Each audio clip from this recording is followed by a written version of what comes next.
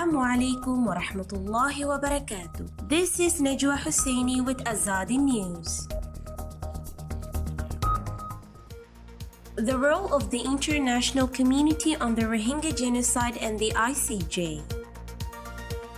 Day-long battle rages near Tharapi village of Buthidaung.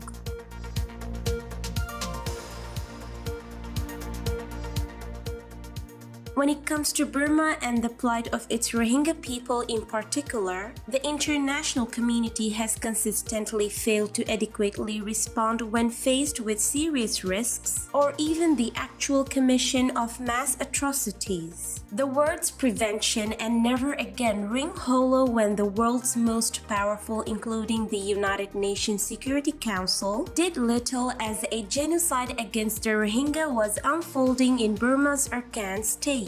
Most governments simply fail to act when action to prevent escalation and respond to atrocities was most needed. The only formal response of the Security Council to the genocide against the Rohingya was the adoption of a November 2017 presidential statement, 3 months after the start of the Burmese military's abusive clearance operations. Individual governments, meanwhile, were slow to impose sanctions and withdraw support for Burmese military if they did so at all. State parties to the Genocide Convention were also silent even after the UN Human Rights Council mandated independent international fact-finding mission issued a 2018 report finding reasonable grounds to conclude that Burmese military had committed acts of genocide against the Rohingya along with other atrocity crimes. While many countries privately recognized that the path to state responsibility for the Rohingya genocide was a lawsuit away, the lack of political courage and the prospect of upsetting an important trading partner, China, meant that no nation dared to initiate legal action of the International Court of Justice (ICJ) for more than 2 years since 2017's escalation of state violence against the Rohingya.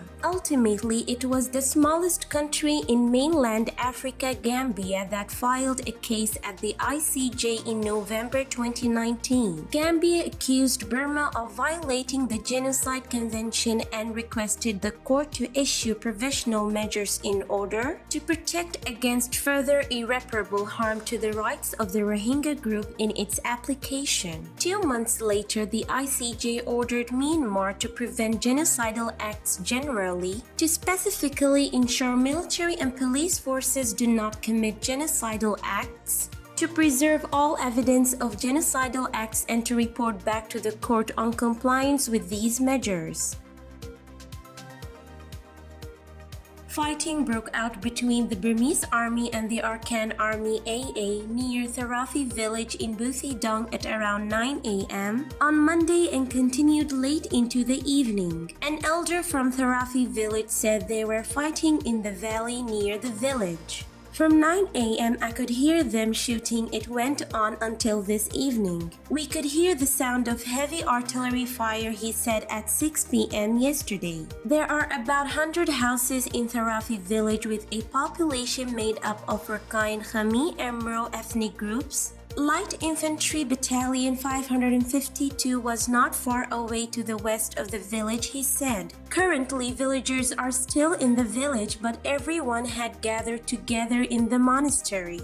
Fighting between the Burmese army and the Arakan Army AA has been taking place in Arakan state since November 2018, with current conflict occurring in 10 townships. Over 200 civilians have been killed and nearly 600 wounded due to the fighting. The number of IDPs has risen to nearly 200,000 according to figures released by the Rakhine Ethnic Congress. This is today's news. To get more updates about Rohingya, subscribe to our YouTube channel and hit the notification bell. Visit our website azadinews.org and follow our social media accounts. Wassalamu alaikum wa rahmatullahi wa barakatuh.